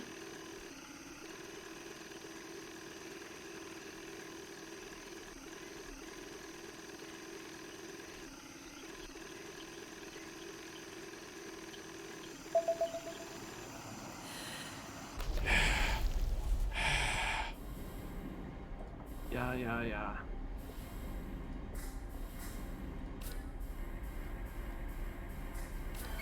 Interesting that there's no conversation with LeBlanc about how, there are fucking ghosts down here. Yeah, right.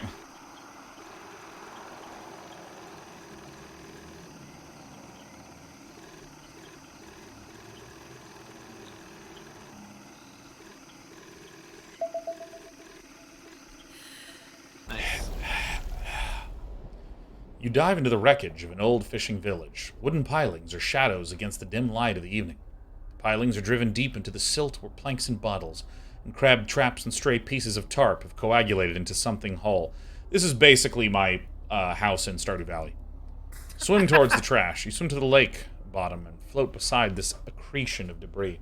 A stray window rests among the trash, slightly opened. Swim through the window. You swim through the window and discover that there is no water beyond it. No longer buoyant, you fall immediately onto a wooden cypress floor.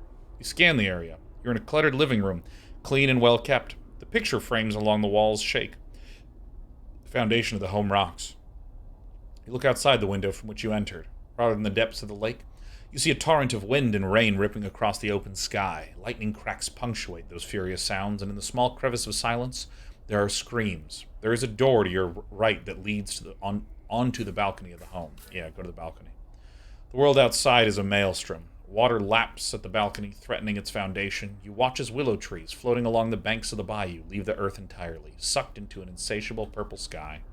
In the distance, figures hug the crowns of cypress trees, screaming prayers into the vortex. Among those so stranded is Blake, who has lashed a rope around the tree and is holding to it desperately. You dive from the balcony onto the floodwaters and swim against the strongest current the bayou has ever known. When you emerge, there is no home, no Blake, no hurricane. Only the infinite evening. LeBlanc waves from the boat that idles near the bank. "You good, Kay?" he shouts. You look up at the cypress tree where the apparition of your brother clung only a moment before. A rope hangs from it, limp in the stagnant air. A light awakens from somewhere in the depths of the bayou.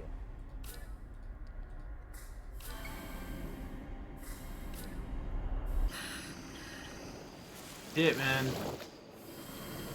Oh, yeah. Oh, fuck yeah.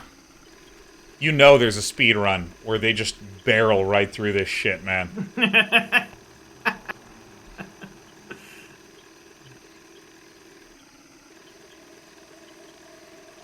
Alright, here we go.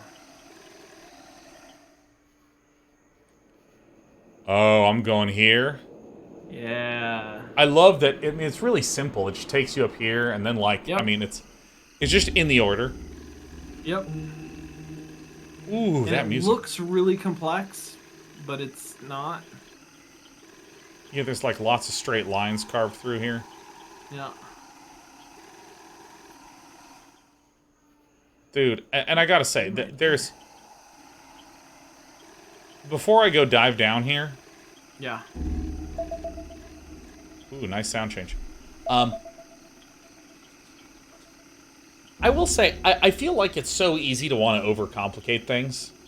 Because, like, you know, if you're designing something, and you say, okay, there is a long path that's shaped like a capital S. There are no turns, and there are 3 stops along the way. You know, the designer in you is like, come on, make them look for the spots a little bit. But, you know, sometimes it's great to just use a hammer, you know? Just like, go here. And, Yep. like, I'm excited. Yeah. And Sean, I will share with you something I cannot get out of my head. One of my friends said a few weeks ago to me, very offhand, all fun comes from anticipation. And like... Oh, shit. And I cannot get that out of my head. If you're level 2, I can't wait to get to level 3. And if you make me wait a little bit for it, that's going to be fun. But if I say I can't wait to be level 3, and you go, here you go. Anticipation. All fun comes from anticipation. No one likes a present unwrapped. Give me that present wrapped. Give me some anticipation. Right. And here, I gotta go through this navigational stuff, which is not complicated. It requires enough attention that the delay period is at least stimulating a little bit. But holy shit, anticipation. I've taught classes before where we talk about compulsion loop design, and anticipation is like a big essential part of yeah. that cycle, right? Is the like anticipating that reward is sort of where that whole structure comes from. Totally. So good. You plunge into the water. You pass your hands through the increasingly obscure cloud of sediment. A stray branch juts from a larger tangle of detritus. 2 beads of light shine from the direction of the branch. Oh shit, 2 eyes. As you make your way closer, you discern the shadow of a form. You pass your hands over it. Soft, almost gelatinous flesh. The distinct ridge of a nose. The firm, unmistakable texture of teeth. Glowing eyes hardened like glass. You wrest the head from its hanging place and swim towards the boat. What you got there, Kay? A little treasure from the lake? Jesus Christ. You hang the head from its sloughing tangle of hair and display it to LeBlanc. Woo! Dear sweet mother of Jesus! The head continues to rock gently in the wind. That's great, kid. Just put it down. What's with them eyes? LeBlanc taps his fingernail on one of the eyes. Them eyes ain't human. He presses his thumbs into the head, and 2 glass-like orbs slip easily from the eye sockets. The head is entirely without eyes. Alright, playtime's over. We still got another set of coordinates to check out. Okay. Just gonna do that. Alright. Yeah.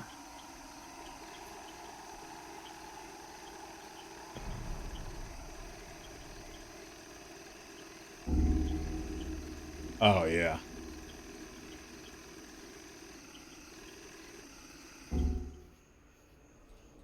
Yeah, the audio design. The audio is incredible. Very, very, very good. This reminds me of one of my favorite musical artists, Murkoff, man. Murkoff makes some good shit like this. That's like ambient? Oh, yeah. I'll send you some. Yeah, cool. Holy... Oh, shit! Oh, fuck! Oh, no! Holy shit.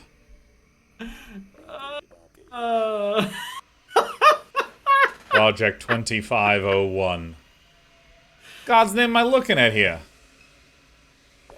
Bruh, I seen some big bald eagles in the spillway before. Never nothing like this. Looks like somebody tore its eyes out. If only we had some spare eyes. John's head. You slot the eyes into the bird's empty sockets. Because why wouldn't you? Is that our angel friend? It's the light in the lake. Holy shit. Fuck. ... Bruh, what? That bird just puked out a floating ball. Mr. Peachy used to tell us all the time they got aliens in this lake. The hell's it doing to you? Almost like it's giving you a sniff. Sphere shrinks down and buries itself inside of your coat. Whoa, now it looks like you made a friend. Careful carrying that ball around in your pocket, Kay. Don't let it blast lasers out of your eyes. Shit. Feel kind of sorry for the big bird, bruh. First time I seen an alien do that to a bird. All the heat coming off this thing's starting to make my skin itch. Let's roll. Oh, really, just never seen an alien do that to a bird. Alright. Inscrutable. Your mom saw something in the lake. Superduck. Maybe Superduck consumed the Vessel of Light to gain power or wisdom, but it only destroyed the network in the end. Oh my god! Yeah. Oh! Couldn't handle it. Superduck couldn't handle it. Superduck is dying. A group of researchers at the fishing camp in LaBranche have evidence to suggest that something rapid network decay. You infer the network's decay is the result of a luminous sphere vomited up by a Superduck node in the lake. So I think somebody else is taking charge of the Garrets. Or maybe it's another Superduck node. That could be. Is this just the... Okay. Yeah, that's just there.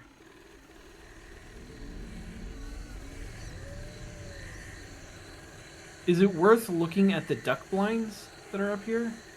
I think I have to. I think it's literally in the way. Oh, I see. You're right. Oh. All right. Hi, fuckers. 3 Garrets guard the pass. Their tonsures, robes, and smudged foreheads awaken something in your memory. Incredible. Oh, No more my getting God. through this way. Ditchman's orders. It's Oh, Ditchman. it's the oh my god, who the fuck is it? Yeah, it's the guy that was in the that brought us in. The guy who had this voice that leaked. Yeah. Yeah, because you can see the growths on his face. But I think these are his disciples. Yeah. I think he took over the Garrets. Yeah. No, I agree. Yeah, and I think that No, you're like, right. these You're veins totally are right. emblematic. All right, unless you're one. Oh, yeah, go ahead. Yeah. All right, we found a head in the lake. Oh, so you found it. We were searching for a while, but we gave up. What the hell happened? John got what was coming to him. He took us for granted, wouldn't let us wear cool Templar stuff. So Ditchman pulled an alpha move and popped his head off. That's Pawpaw, and that's okay with you? Pawpaw, that's right. Yeah, John sucked.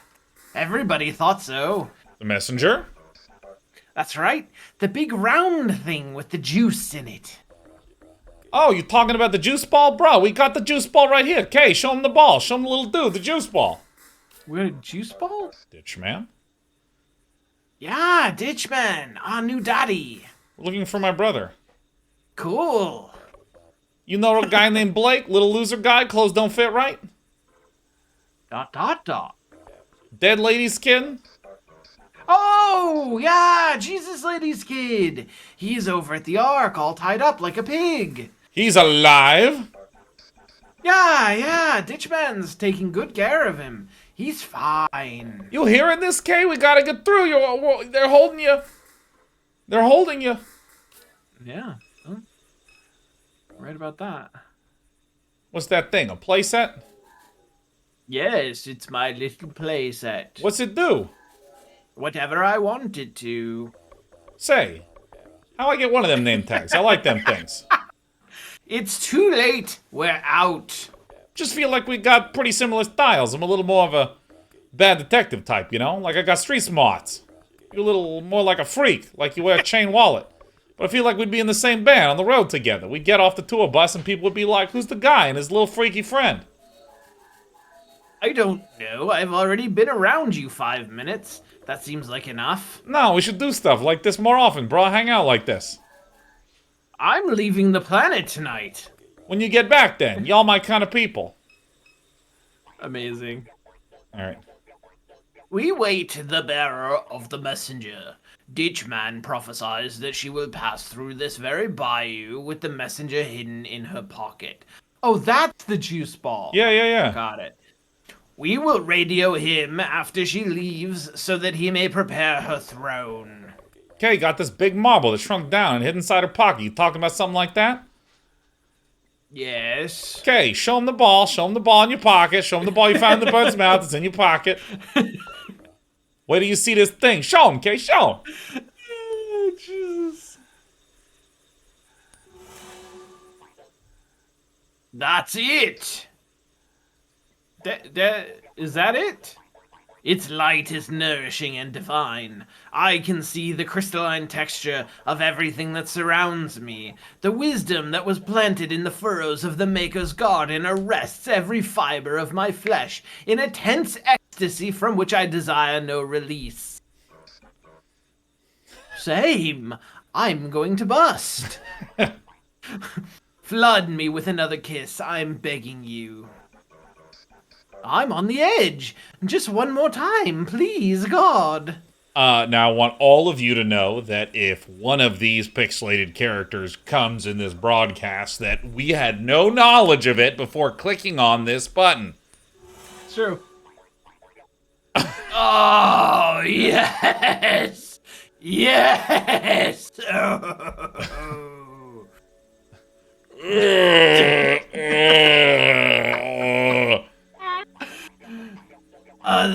There was a swamp and a lake and a refinery, and Kay had no face, and I am the one. There was the thing that was, and the thing that wasn't, and what wasn't was the bird. The bird knew all things, too many burned. Can you imagine someone who tuned in 3 minutes ago? No. Can you imagine what that's like? There must be like a real rock bottom or peak moment. Look at the drool coming down. Incredible. There's a great coming apart in this world. Can you see it? The coming apart so the light that was hidden in the salt can shine again. I am the sun. I was the one in the mall. I am the one in the swamp. But who would be in the swamp and not fly your mother's corpse into the stars as a benediction where prayers collide? Who would not follow your mother down the ditch if I were the light and I were the man who presides over this night? And this ditch man night, I am the one. Let me in, Kay, I who shine. I am the lake and the sun. I am the good news in the hour of eternity and the evening without end. I am the one. ... So y'all mind if we squeeze by real quick? Oh, you got the messenger. Nice. Yeah, you can pass. Ditchman's waiting.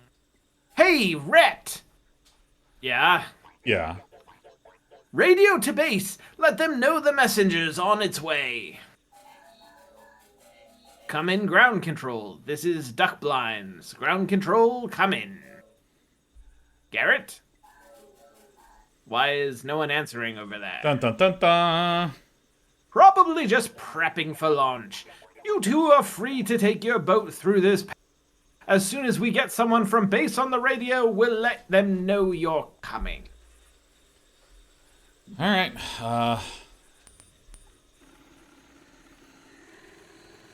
John Spawn. Papa's probably gonna be cool with us, right? I think Papa's gonna be super cool. He's gonna be, I don't know why he has Blake all tied up. all right, we didn't know there's someone in here, but there you go. You sink into the shallow depths and begin the routine of dredging its bottoms with your fingers. Something wet and sponge-like distinguishes itself from the silt. You take it in your hand and return to the boat. Having climbed over the gunwale, you observe the object that you discovered in the waning evening light. Monkey returns your gaze. His eyes now empty of any knowing or evidence of life. You found another toy, Kay. Your rotting head needed a friend to play with. That's nice. There is no infinite stare left in the stuffed toy. You place him in your bag. Oh no. The dead, empty corpse of Monkey. Coconut monkey. It's making me crazy. Keith's Corner. Keith. Oh my god. Oh my god. Oh my god, Okay. This is Keith. Okay, so for any of you that don't remember, Keith was a conspiracy theorist that we met in the bar who was trying to... Well, I should say in the present, we met in the bar where we first met and voiced LeBlanc. We also know that Keith went to school with Catherine. Keith was in the car that was outside of the mall. But basically, Keith is trying to do, like, undercover gonzo journalism and get all the really sick takes on the secret realities that are happening right under all of our noses. So this is Keith's He was corner. super ready to do all of it. He just needed a good name. Just needed a good name. Eventually, he figured it out. and With it was these, Keith's with the Corner. sick boxing things. Yeah. Who was Keith? Was Lee Keith? I feel like I was Keith at some point, so I can be Keith. Yeah, like a boxing I feel announcer. Like, I don't know yeah. that I can do it, but Keith is very much like a Clint Eastwood type. Here. Oh, nice. I don't think I have an Eastwood, All right, but hit it. Peace in the ring. What an evening it's been in Norco, folks. I just left S.H.I.E.L.D.'s exclusive carnival ball where Laura St. Clair was found dead in her office. And the corpse of disgraced academic Catherine Medare, no friend to the St. Clair family, was exhumed from the Red Church mausoleum. Coincidence? Keith sure doesn't think so. To top it all off, the charismatic social media influencer Kenner John has announced that tonight he will be launching a home-brewed spacecraft from right here in the La Branche wetlands.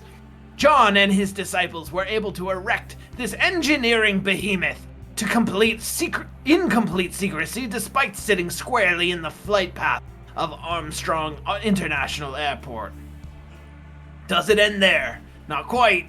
An inside source tells me that war is brewing among rival factions in Kenner John's disciples, the infamous Garretts. An unfamiliar figure named Ditchman has emerged to challenge John's reign amidst the discord. And John, barely caught off stream, is nowhere to be found. Who will win the war of the Garretts? Who killed Laura St. Clair? Was it the same culprit who exhumed the recently entombed body of Catherine Medare? So we know that Laura killed herself. We know That's true. that Ditchman killed John, but we don't know who exhumed Catherine.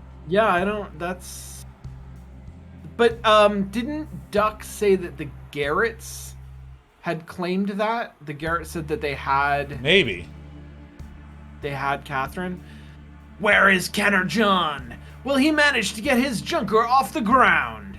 Keep your eyes on the ring, because Keith's got him cornered in Keith's Corner.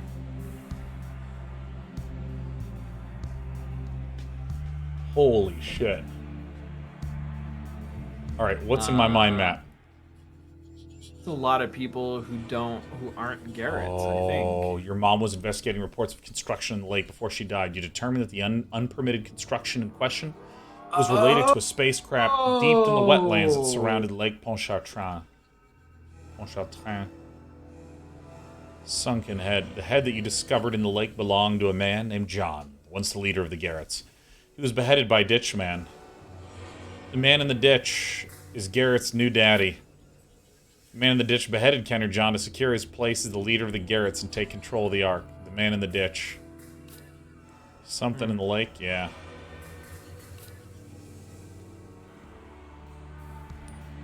Gotcha. I did not. All I right. didn't piece that bit together. That the construction project in the lake was the spaceship that the Garretts were launching. Of course. Oh, dude. Dude. What a I mean, fucking game. that's pretty sick. Let me see if I can get the Spotify soundtrack of this game up, because I want to get that music from Dimes. Dude, like, it's kind of interesting if you take a step back and think about, like, what is the story that has been presented to us, because like, for the most part, the story is a woman was investigating some stuff. This is Catherine. A woman was investigating some stuff in the lake and was killed. And we discover it's because, due to versioning software, a version of someone's brain grew into a sentient being, probably to achieve some kind of power, and has been pulling strings and doing stuff. There's also this cult of the Garretts that are fucking insane, that are just kind of ridiculous, who believe that they are, like, connected to Christ through Kenner John and the Apocryphon, and they want to build an ark to go to another planet to achieve some sort of... And Pawpaw. Pawpaw was really into the religious stuff. Oh, yeah, Like, yeah. more so, I think, than most of the other folks were. Yeah, yeah. Pawpaw thinks that we are bloodline of Jesus. And, like, S.H.I.E.L.D. is just a greedy corporation that is kind of caught in the middle of this insanity. Yeah. And, like, it's interesting that there hasn't been like 50 crazy twists or like tons of insane plot beats. It's actually like pretty straightforward in terms of just the plotting events, but in terms of the world and the presentation and how we go through things, super rich. It's like incredible. Yeah, all of the twists are things that seemed disconnected or Yeah. uncertain becoming sort of more concrete and connected. Rather than like leading you in a direction and then sort of changing at the last second. Yeah. It's really cool. It's a good structure for this kind of game, I think. It's like so good. Okay, what music plays in Dimes in Norco? What song plays in Dimes in Norco? Is it Templars and Dimes is the name of it? Oh, yeah, it could be. It might be. Apocryphon of Kenner John is one. Hell yeah. Templars and Dimes. All right, yeah, I'll see if that one's it later on. Dude, I just... Yeah, it's just great. This, also, weirdly... I don't know why this hasn't occurred to me until now, but I think it's all of this stuff sort of coming together in this last episode. That this reminds me of a series of books that I really like by an author named Sarah Gran. That are, oh god, the last one was The Infinite Blacktop. The first two, shit, I gotta look this up because I can't. I'm like totally blanking. Claire DeWitt, the Claire DeWitt books, Claire DeWitt in the City of the Dead. Oh, Claire that DeWitt rings in such a Bohemian bell. Highway. Yeah. They're really, really good. Like, I've talked about them before because I've talked about them in relation to Dirk Gently's Holistic Detective Agency. But they take or the first one, Claire DeWitt and the City of the Dead, takes place in New Orleans. So I think there is sort of like a shared atmosphere because of that. But there's also, they are very much mystery novels in this vein of like weird shit gradually crystallizing and coming together to form a cohesive picture. The way that I feel like this game is structured. Yeah, because, I mean, I feel like there is... gosh, I think I may have talked about this before, that, like, there's this mechanism in storytelling, which is just the story question, which, really common technique. At the start of your book, you should say, or at the start of your story, you should make it really clear what the question that this book answers is. Which might be, the district attorney's been murdered. Who done it? And it's implied that that's what this book is going to be about. Oh, there's werewolves that seem to be killing everyone in town. How do you stop them? Okay, that's the question this thing's going to be answered. But then there's those sort of like sub-story questions that can often be a really clear motivation to get you from chapter 1 to chapter 2, both posing small questions and answering them. So if it's like, who killed the district attorney? And then there's someone who's like, okay, there also is a drug ring that the district attorney was investigating. So you go, well, what's the connection there? And then you might get that connection like 2 chapters later. And in plot-driven storytelling, there's the idea of each chapter should open a question, close a question, and set up for a future question. And this is a way to make something that people describe as a page turner, because you keep getting these little mini payoffs and keeps driving you forward and so on. And so if you read a book that's structured like that, or read a story or play a game that's structured like that, it's an event that leads into an event, into an event, into an event, into an event, into an event. And it's really interesting to play this because there's still the question of, okay, in your story, how do you get someone to turn the page? How do you make them want to continue to go? And I feel like the absolutely insane setting and ideas and characters are what keep pulling me ahead in this. Yeah. Because it's like, here's an insane group, and let's cut over here to a ridiculous setting, and then there's an insane sequence where there's something called Superduck that seems to be a sentient blob of flesh, and then let's go over here. it's not like normal, normal, normal, normal, normal, and then one insane thing. It's like chains of just like, I don't know, I almost feel like I'm on like a YouTube bender, you know, or I'm watching like chains of increasingly insane videos. But this actually threads, again, a story that's not out of control complex where I need to like have notes and review and I need to replay the game 50 times to make sure I didn't miss anything. Like, I feel it's pretty clear what's actually happening, but I'm sort of impressed that what drew me along throughout the entire experience was just the world and the sequences, and every single thing is extreme. It's like the most extreme, insane version of something. Yeah. It's amazing. Yeah. Lee fucked Agreed. up, man. Lee fucked up by doing anything but not being at Can't the believe show. it. Can't believe he's done What this. the hell, Lee? Lee. I'm glad. I was a little afraid that we were actually going to finish it because we were moving through like story beats so fast. I'm glad that we didn't. I hope that we finish it with Lee. It's fucking sick. Yeah. So in that regard, I guess then I'll see you next week. You're out on one day coming up, right? Yeah, in like 3 or 4 weeks, something like that. Fuck, that's a big deal. We're gonna need to work around that by literally you going, hey, I'm not here today, and then I go, oh, right. All right, well, that's all, everyone. I'm going to see you tomorrow for some RimWorld. It's not on the calendar because I'm terrible at updating my job, but I guess we'll just leave. Bye, everyone. Bye, gamers. Bye. You're all so beautiful. Thanks for watching. Okay, day9.tv. Go here, and let's play this. Let's play the track.